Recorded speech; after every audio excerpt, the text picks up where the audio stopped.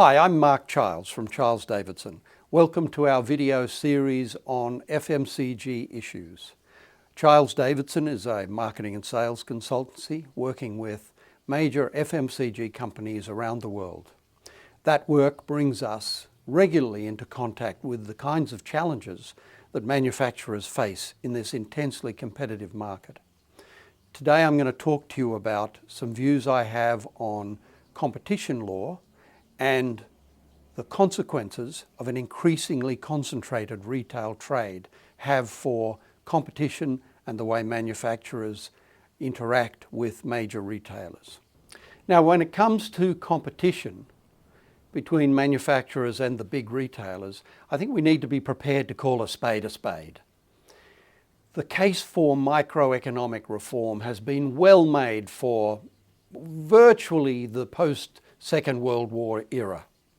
And that basically means don't tolerate price collusion and also treat monopolies or monopolistic behaviour as an enemy of the system.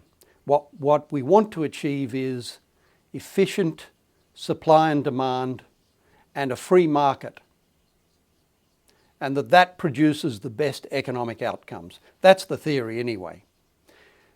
Now what we see is the big retailers getting bigger and more powerful and more assertive in the way that they do business vis-a-vis manufacturers. They have market power and they are prepared to use it. And who can blame them?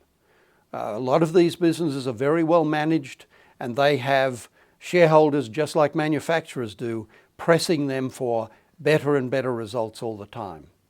Now, in most markets, the accepted principle for what constitutes market power is something of the order of 35% market share. But let's face it, we know that many retailers with less share than that still have considerable market power when it comes to their dealings with manufacturers, and they're willing to use it. I'll give you two good examples. We've all seen many cases where a retailer has announced a reduction in SKU count in a category. Now naturally, the way they set about doing that is to look at the SKUs that are delivering less than category average margin. Now I say naturally, it probably would be a better idea to take a look at the range of SKUs that shoppers want, but of course that's not how it's done.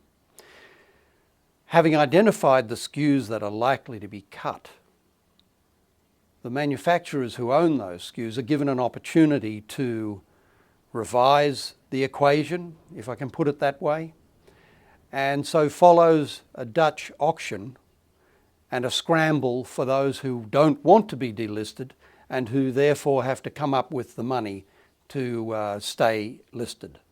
Now I've seen many of those cases where there's no reduction in SKUs at all and all the retailers achieved is an increased average category margin. Well, good on them. But in reality, what they're doing is using their market power to bully suppliers into kicking the can and providing more money. So that's one example, and we see those all the time, to the point where you're probably saying, well, so what? That's the way it works. Well, it is abuse of market power. The other is in relation to private label. How many categories have we seen now where progressively private label is launched, is given prominence on shelf well beyond its rate of sales justification and supported in place of, quite often, perfectly viable brands that consumers were willing to continue supporting? Now, I kind of liken this to the case of a common carrier, a taxi. You know, when a taxi driver gets a license, they've got an obligation to pick up all passengers and to take them where they want to go. Now, I don't say that the regulators should tell retailers how to run their business, but I think as a retailer gets to a certain size, it has what the Europeans already recognise as a special responsibility. And that means it's kind of a common carrier. It has a responsibility to provide access to the marketplace to any reasonable brands that manufacturers put forward. Now, of course, I've got to be realistic. A retailer has a certain amount of space and they've got to manage that space. But to abuse that by replacing perfectly viable brands with private label is, in my view, an abuse of market power. And we see that happening all the time. The other thing I'd add is I am not at all convinced that safeguards or regulations work. There is no particular evidence so far to suggest that that's the case. The well-celebrated launch of the GSCOP regulations in the UK is a case in point.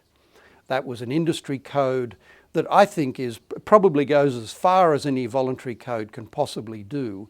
It tries to set out the rules by which the industry, or rather the trading partners in the industry, will interact with each other in a fair and reasonable way.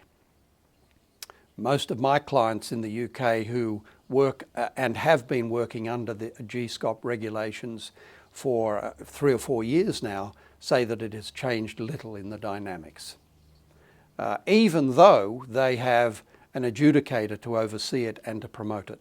Now, I'm not saying nothing has been achieved, but my problem with it is that it also offers political cover to the big retailers who are able to point to it to then stave off other interventions by our political class. A similar code has been launched more recently in Australia. Looks a lot like GSCOP, doesn't have an adjudicator unfortunately, so its chances of having an impact are considerably less. And again, I suspect that it will offer political cover to the retailers without really changing their behaviour fundamentally.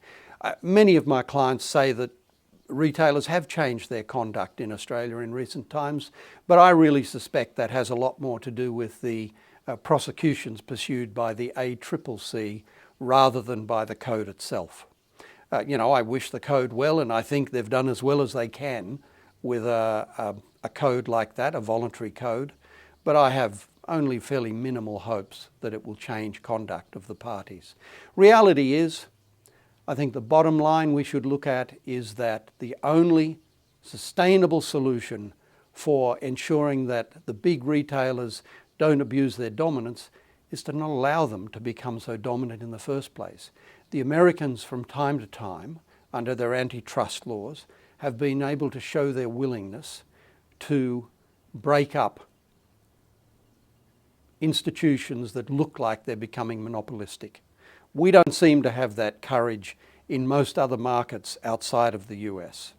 I only wish we did. I think there's a political solution needed here, and I would encourage industry bodies representing manufacturers in the markets where they're present to take up the cause and to solve the problem at its root and not simply paper over it with regulations that don't really work. At the end of the day, although one might argue that competition can get prices down, ultimately for the benefit of consumers, where this leads, where dominance of retailers leads, is loss of diversity in a market, loss of innovation, and ultimately consumers paying the price. This is Marc Childs from Childs Davidson.